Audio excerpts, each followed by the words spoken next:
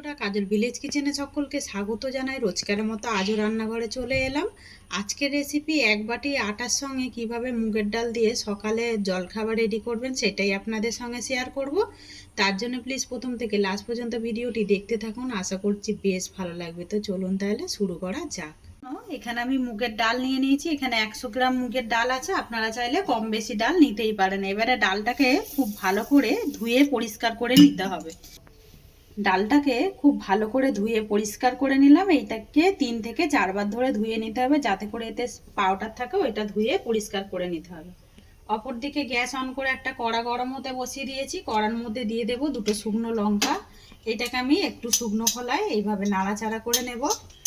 তো শুকনো লঙ্কাটাকে শুকনো খোলায় বেশ ভালোভাবে নাড়াচাড়া করে নিলাম। এইটাকে একটা থালার মধ্যে তুলে রাখবো। এবারে কড়ার মধ্যে দিয়ে দেব আমি সর্ষের তেল। তো 1 চামচের মতো দিয়ে দিলাম সর্ষের তেল। এর থেকে বেশি তেল দেবার একেবারেই দরকার নেই। তেলটা কিন্তু বেশ গরম হয়ে গেছে। এবারে আমি এখানে ধুয়ে রাখা ডালটাকে দিয়ে দেব। দিয়ে দিলাম, দিয়ে একটু নাড়াচাড়া করে ভেজে নেব, যাতে করে ডালের একটা কাঁচা গন্ধ থাকে ওইটা চলে যাওয়া পর্যন্ত একটু ভেজে নিতে হবে। তাতে করে টিফিনটা খেতে কিন্তু বেশ দারুণ লাগবে। ডালটা বেশ নাড়াচাড়া করে 2 মিনিট মতো ভাজা করে নিলাম। এবার আমি এর মধ্যে জল দিয়ে দেবো। যেই বাটি মেপে জল নিয়েছিলাম, মানে ডাল নিয়েছিলাম, সেই বাটি মেপেই জল দিয়ে দেবো। আমি 1 বাটি মতো ডাল নিয়েছিলাম, এখানে আমি 1.5 বাটি মতো জল দিয়ে দেবো। তাতে করে মাপটা কিন্তু একেবারে ঠিকঠাক হবে। আর ডালটা একদম পারফেক্ট আমার যেরকম জল লাগবে সেইভাবেই কিন্তু একেবারে সিদ্ধ করে নেব। এবারে খুব ভালো করে একটু মিশিয়ে নেব। এই সময় আমি গ্যাসটাকে একটু আস্তে করে দেব, যাতে করে না পড়ে যায়। এতে করে খুব তাড়াতাড়ি কিন্তু সিদ্ধ হয়ে। তো খুব ভালো করে ডালটাকে সিদ্ধ করে নিয়েছি। ডালটা এরকমই সিদ্ধ হবে, একদম খুব ভালোভাবে কিন্তু সিদ্ধ করে নিতে হবে। একদম গোটা গোটা থাকলে কিন্তু একেবারে হবে না। এবার আমি এর মধ্যে দিয়ে দেব হলুদ গুঁড়ো। 1 চিমটি মতো দিয়ে দিলাম হলুদ গুঁড়ো। দিয়ে খুব ভালো করে মিশিয়ে নেব। এবার আমি এখানে 1 বাটি আটা নিয়ে নিয়েছি। চাইলে তোমরা এখানে আটা ময়দা পাইল করেও নিতে পারো, অথবা যে কোনো এক রকমের দিয়েও করতে পারো। আটা অথবা ময়দা দিয়েও কিন্তু এই খাবারটা করতে পারো। এখানে কিন্তু হলুদটা খুব ভালো করে মিশে গেছে। আর ডালটা কিন্তু দেখতেই পাচ্ছ একদম গোটা গোটা নেই।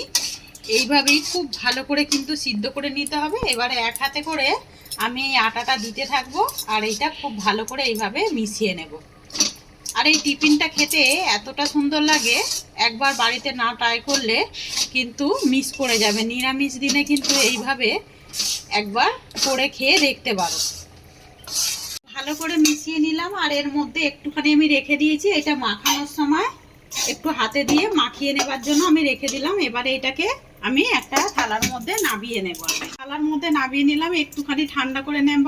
এখন যেহেতু প্রচুর গরম আছে আর ডাল রয়েছে, কড়াটা ধুয়ে আমি আবারও পরিষ্কার করে বসিয়ে দিয়েছি। কড়ার মধ্যে দিয়ে দেব আমি 2 চামচ সাদা তেল। তো যেটা 4 চামচের হয় সেই চামচেরই 2 চামচ দিয়ে দিলাম সাদা তেল। তেলটা বেশ কিন্তু গরম হয়ে গেছে। এর মধ্যে দিয়ে দেবো আমি একটু হিং ফোড়ন। যেহেতু নিরামিষ করছি, একটু হিং ফোড়ন দিলে খেতে ভালো লাগবে। আর দেব কালা জিরে ফোড়নের জন্য। 2টো ফোড়ন কিন্তু বেশ ভাজা হয়ে গেছে। গ্রেট করে নেওয়া আদা দিয়ে দেবো। বলতে পারো একটা তড়কা মশলাই রেডি করছি। এইভাবে যদি টিফিনটা করা যায়, এতে করে খেতে কিন্তু বেশ দুর্দান্ত লাগে। আর এইখানেই আমি গ্রেট করে, মানে যেই শুকনো লঙ্কাটাকে শুকনো খোলায় ভেজে রেখেছিলাম ওইটাকেও দিয়ে দেব। এবার আমি ফোড়নটা ভাজা হয়ে গেছে, গ্যাস অফ করে দেব। আর এটা এর মধ্যেই ঢেলে দেব। এখানে দিয়ে দেব আমি একটু ভাজা জিরে, গরম মশলা, তেজপাতা শুকনো খোলায় ভেজে নিয়েছিলাম, দিয়ে দিলাম। আর দেব এখানে স্বাদ মতো লবণ। তো চাইলে তোমরা কিন্তু এটাকে ডালের মধ্যেও দিয়ে দিতে পারো। আমি এগুলো সমস্তগুলো নামিয়ে নিয়ে এবারে খুব ভালো করে এটা মাখিয়ে নেব। যেহেতু ডালটাও ঠান্ডা হয়ে গেছে, এটা এবারে মাখাতে কিন্তু খুব ভালো সুবিধা হবে। ভালো করে এটাকে মাখিয়ে নিলাম। মাখাটা ঠিক এরকমই হবে। আর যতটা কিন্তু এর মধ্যে আটা ছিল সমস্তটাই আমি দিয়ে খুব ভালো করে এটাকে মেখে নিয়েছি। তো এবারে আমি এগুলোকে লেচি কেটে নেব। তো এবারে কিন্তু বুঝতে পারছো খাবারটা ঠিক কি করতে চলেছি। এইভাবে কিন্তু নিরামিষ দিনে যখন রুটি পরোটা কিছুই ভালো লাগবে না আর তরকারি করতে কোনো রকম ইচ্ছা করবে না, এইভাবেই কিন্তু তোমরা চাইলে জলখাবার হিসাবে এরকম পরোটা রেডি করে নিতে পারো। এগুলোই লেচি কেটে নিয়েছি আর এগুলোকে বেশ গোল গোল করে নিয়েছি। এখানে একটা চাকি বেলনা নিয়েছি, এর মধ্যে একটু ময়দা ছিটিয়ে দেব, চাইলে তোমরা এখানে আটাও ছিটিয়ে দিতে পারো। এবারে আমি এখান থেকে একটা লেচি নিয়ে এইভাবে দু পিঠ কোট করে ঠিক যেরকম আমরা রুটি বেলে থাকি আগে ঠিক সেইভাবে বেলে নেব। বেলাটাও দেখতে পারো, তোমরা চাইলে এইভাবে রুটির মতো করেও কিন্তু এইটাকে করে নিতে পারো। আমি এইটাকে ঠিক পরোটা যেরকম ফোল্ড করে মুড়ে আমি ওইভাবেই তিকোনানি করে মুড়ে আবারও একটু ময়দা ছিটিয়ে এইভাবে পরোটাগুলোকে বেলে নেব। আর বন্ধুরা এইটা খেতে এতটাই টেস্টি হয় যে নিরামিষ দিনে কিন্তু এইটা টমেটো সস বা টমেটো কেচাপ একটু যদি টমেটো চাটনি করে নাও তাতে করেই কিন্তু খাওয়া হয়ে যাবে। আর কিন্তু বড়রা এটা চায়ের সঙ্গে বেশ দারুণভাবে সকালে টিফিন হিসেবে খেয়ে নেবে। এখানে একটা পরোটা কিন্তু বেলে নিয়েছি, থেকে আমি কড়াটাকে পরিষ্কার করে আবারও বসিয়ে দিয়েছি। যেখানে পরোটাটা বেলে রেখেছিলাম কড়াটা কিন্তু বেশ গরম হয়ে গেছে, পরোটাকে দিয়ে দেব। আমি আরও একটা আমি বেলে নেব, এক পিঠটা হয়ে যাবে, এটাকে অপর পিঠটা এইভাবে উল্টে দেব।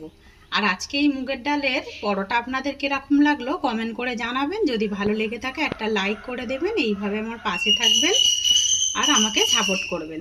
দু পিঠ বেশ কাঁচা আগে উল্টে পাল্টে ভেজে নিলাম। এবার আমি এর মধ্যে দিয়ে দেব ছোট চামচের 1 চামচ সাদা তেল। তো সাদা তেলটা দিয়ে তো কত সুন্দর পরোটাটা ফুলতে আরম্ভ করেছে সেটা কিন্তু দেখতেই পাচ্ছেন। এইগুলো যেমন বলেছি না টেস্টি হয় আর এগুলো নরম একেবারে তুলতুলে হয়, যার দাঁত নেই সেও কিন্তু এরকম পরোটা একদম অনায়াসে খেয়ে থাকবে।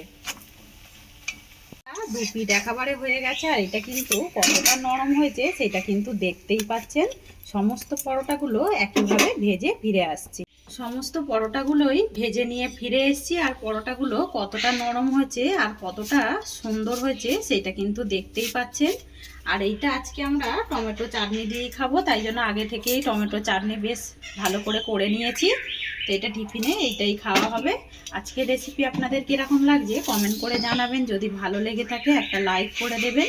এইভাবে আমার পাশে থাকবেন, আমাকে সাপোর্ট করবেন। আমার নিত্য নতুন রান্নার জন্য পাশে থাকা বেল আইকনটি প্রেস করবেন। সবাই ভালো থাকবেন, সুস্থ থাকবেন। ধন্যবাদ।